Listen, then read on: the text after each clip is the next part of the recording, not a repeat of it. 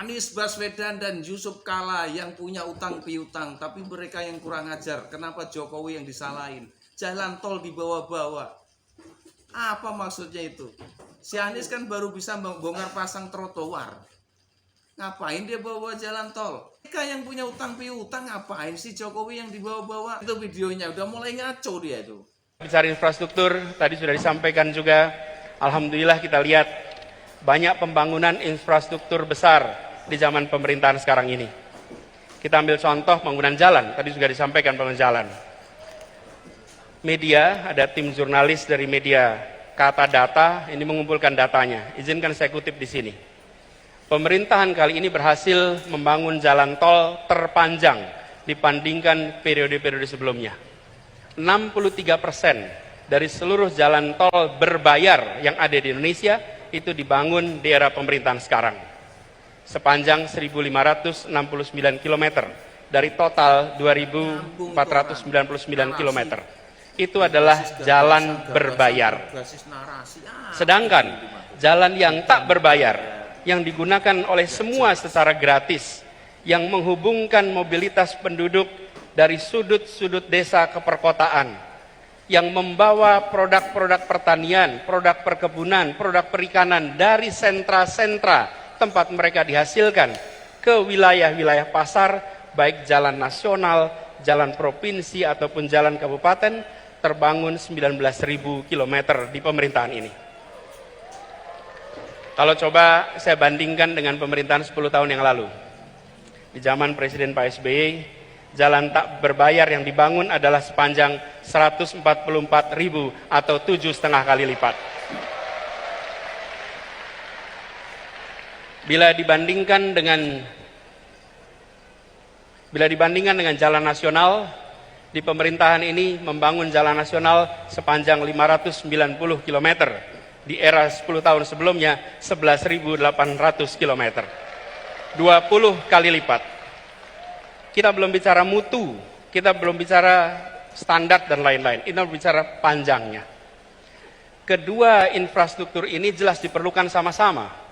Tapi yang perlu kita perhatikan di sini adalah bahwa keberpihakan ketika bicara institusi ekonomi memberikan kesetaraan kesempatan kepada semuanya. Kita perlu memikirkan ke depan institusi yang inklusif, infrastruktur yang menunjang keseharian. Air saja misalnya. Hari ini kita punya air di sini. Susenas 2019 menunjukkan 38% penduduk Indonesia menggunakan air dalam kemasan sebagai sumber air minum. Kalau itu pilihan tidak apa-apa, tapi kalau itu keterpaksaan, maka negara harus hadir menyediakan infrastruktur mikro kecil yang dirasakan oleh seluruh rumah tangga di Indonesia. Kalau kita lihat datanya, sumur ada 21%, pompa air 16%, pipa hanya 10%. Baru-baru ini viral, kenapa jalan di Lampung, di Jambi, dan juga di Makassar rusak luar biasa.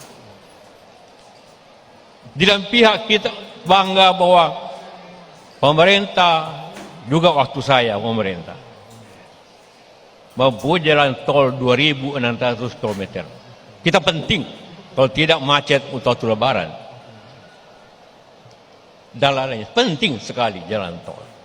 Tetapi 170.000 km jalan rusak di Indonesia. Itu data BPS. Artinya adalah orang bisa menganggap kalau mau jalan baik hanya orang mampu yang bisa jalan baik karena dibayar.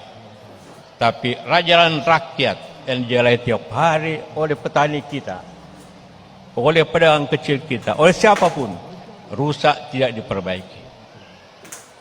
Itu ketidakadilan untuk rakyat. Kami tidak setuju dengan jalan tol. Kami tidak makan jalan tol. Yang suruh makan jalan tol siapa? Jadi kalau makan semen sama aspal kan malah sakit perut. 1.000. Kita tahu negeri ini punya begitu banyak peluang. Dan pemerintah harus memastikan bahwa sumber daya yang diberikan oleh pemerintah untuk rakyatnya adalah sumber daya yang tepat. kita menghadapi tantangan lingkungan hidup. Itu menjadi kenyataan bagi kita. Solusi menghadapi masalah lingkungan hidup, apalagi soal polusi udara, bukanlah terletak di dalam subsidi untuk mobil listrik. Yang pemilik mobil listriknya adalah mereka-mereka yang tidak membutuhkan subsidi. Betul? Kalau kita hitung, apalagi ini contoh, ketika sampai pada mobil listrik, emisi karbon mobil listrik per kapita per kilometer sesungguhnya lebih tinggi daripada emisi karbon bis berbahan bakar minyak. Emisi per kilometer per kapita untuk mobil listrik dibandingkan dengan bis berbasis BBM. Kenapa itu bisa terjadi? Karena bis memuat orang banyak, sementara mobil memuat orang sedikit. Ditambah lagi pengalaman kami di Jakarta, ketika kendaraan pribadi berbasis listrik, dia tidak akan menggantikan mobil yang ada di garasinya. Dia akan menambah mobil di jalanan, menambah kemacetan di jalanan. Jadi, yang didorong ke depan adalah demokratisasi sumber daya. Bahwa kita mengarahkan agar sumber daya yang dimiliki negara diberikan melalui sektor-sektor yang memberikan manfaat nyata bagi masyarakat banyak. Bukan semata-mata untuk mendapatkan perhatian dalam percakapan, apalagi percakapan sosial media. Karena itulah kita ingin dorong ke depan, insya Allah jalan-jalan tol yang sekarang sudah dibangun secara amat baik oleh pemerintahan hari ini, ke depannya nantinya dipenuhi oleh kendaraan-kendaraan umum berbasis dengan listrik ke depan. Kendaraan-kendaraan logistik berbasis listrik. Bukan pribadi, tapi kendaraan umum. Dan kita tahu, begitu bicara kendaraan logistik, kendaraan umum, pengangkut massal, maka dia bukan hanya memindahkan badan, bukan hanya memindahkan barang. Dia sebetulnya adalah alat untuk membangun perasaan kesetaraan. Alat membangun perasaan persatuan. Saya agak bingung ya. Mungkin nggak bangun pabrik tanpa jalan? Mungkin nggak bangun perkebunan tanpa jalan? Mungkin tidak membangun industri tanpa jalan? Mungkin tidak membangun pertanian tanpa jalan? Siwang minang suang lekang king nang neng. Minang deng la king nang suang, minang suang la king nang neng. Aku bilang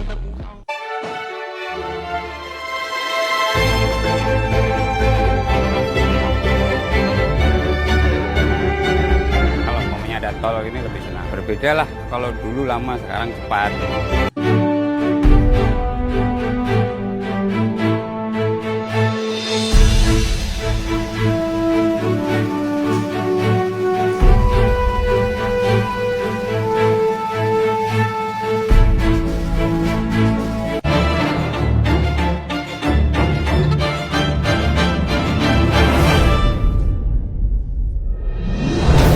Menghemat waktu, menghemat BBM.